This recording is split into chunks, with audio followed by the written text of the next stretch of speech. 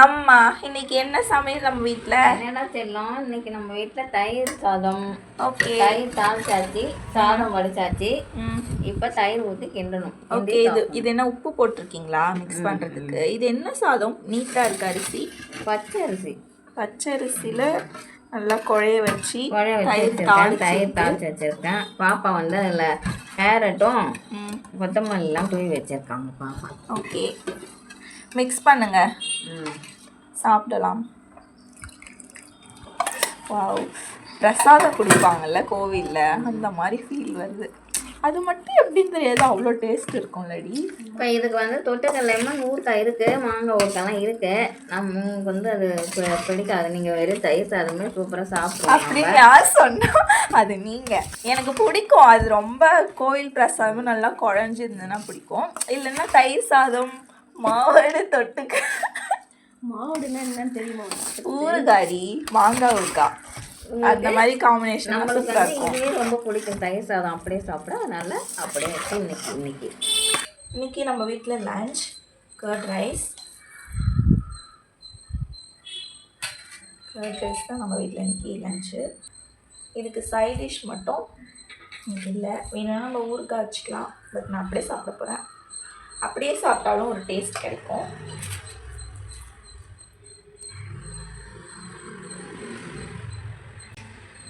சூப்பராக இருக்கும். பொட்டேட்டோ ரவுண்டாக கட் பண்ணி ஃப்ரை பண்ணாலும் சூப்பராக இருக்கும். குட்டி குட்டியாக கட் பண்ணி பண்ணாலும் சூப்பராக இருக்கும். எப்படி பண்ணாலுமே சூப்பராக இருக்கும். தயிர் சாதத்துக்கு பெஸ்ட்டான ஒரு காம்போவாக சொல்லலாம். ஃபஸ்ட்டு எப்பயுமே பொட்டேட்டோ ஃப்ரை தான், அதுக்கப்புறம் வாழைக்காய் ஃப்ரை வச்சுக்கலாம். அப்புறம் என்ன வெஜிடபிள்ஸ்னாலும் சூப்பராக இருக்கும். நெக்ஸ்ட்டு பிக்கிள், மேங்கோ பிக்கிள் இல்லை லெமன் பிக்கிள் இல்லைனா பூண்டு ஊறுகாய், அது எல்லாமே சூப்பராக இருக்கும்.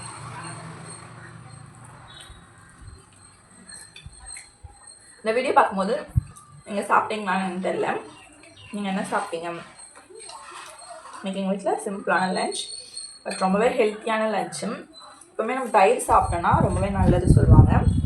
நிறைய பேர் டெய்லி சாப்பிடும்போதே குழம்பு எல்லாமே சாப்பிட்டு முடிச்சுட்டு கம்பல்சரியாக தயிர் சாப்பிடுவாங்க. நாங்கள் ஃபஸ்ட்லாம் அப்படி சாப்பிட்ருந்தோம் கொஞ்ச நாளாக. அந்த மாதிரி சாப்பிட்டுட்டு குழம்பு ரசம் அதெல்லாம் சாப்பிட்டு தயிர்லாம் சாப்பிடுவாங்க. இப்போ வந்து இந்த மாதிரி எப்பயாவது தான் நம்ம இன்றைக்கி தயிர் சாதம் செய்ய முடியும், அன்றைக்கி தயிர் சாப்பிட்றோம்.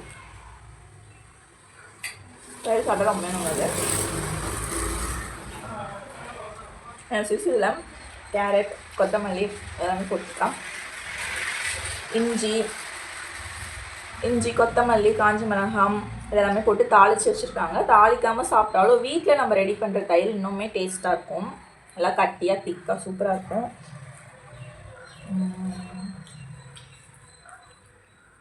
இதில் மாதுளம்பழம் போட்டு சாப்பிட்டா செம்ம டேஸ்ட்டாக இருக்கும். ட்ரை பண்ணியிருக்கேன். ஓமப்பழம் இது மேலே ஸ்ப்ரிங்கிள் பண்ணி அதோட எடுத்து சாப்பிட்டு பாருங்கள், அது ஒரு சூப்பரான டேஸ்ட்டாக இருக்கும். எனக்குமே ஃபஸ்ட்டு இந்த காம்போ ட்ரை பண்ணும்போது மாதுளம்பழம் போட்டு சாப்பிட்டா எப்படி இருக்கும்னு நினச்சேன். பட் நான் சாப்பிட்டு பார்க்கும்போது தெரிஞ்சுது மாதுளம்பழம் சில பேருக்கு அப்படியே சாப்பிட்றதுக்கு கொஞ்சம் அதோட சீடெலாம் இருக்கும், பிடிக்காதுன்னு நினைக்கிறவங்களுக்கு கூட ஜூஸ் போட்டு குடிக்கிறவங்க கூட இது மாதிரி தயிர் சாதத்தில் போட்டு சாப்பிட்டிங்கன்னா சாப்பிட்ருவாங்க. அந்த மாதிரி டேஸ்ட் நல்லா இருந்துச்சு. நானுமே அந்த மாதிரி தான் சாப்பிட்ருக்கேன். எனக்குமே அப்போ பிடிச்சிருந்தது. நீங்களும் ஒரு டைம் ட்ரை பண்ணி பாருங்கள். செம்மையாக பார்த்துருக்கு. இந்த வீடியோ பிடிச்சிருந்தா லைக் பண்ணுங்கள். உங்கள் வீட்டில் இன்றைக்கி கர்ட் ரைஸ் தான் ஸ்பெஷல். நெக்ஸ்ட் vlogல என்ன எங்கள் வீட்டில் லஞ்சுன்னு சொல்லிட்டு பார்க்கலாம். நம்ம சேனல் மறக்காமல் சப்ஸ்கிரைப் பண்ணி வச்சுக்கோங்க. பாய்.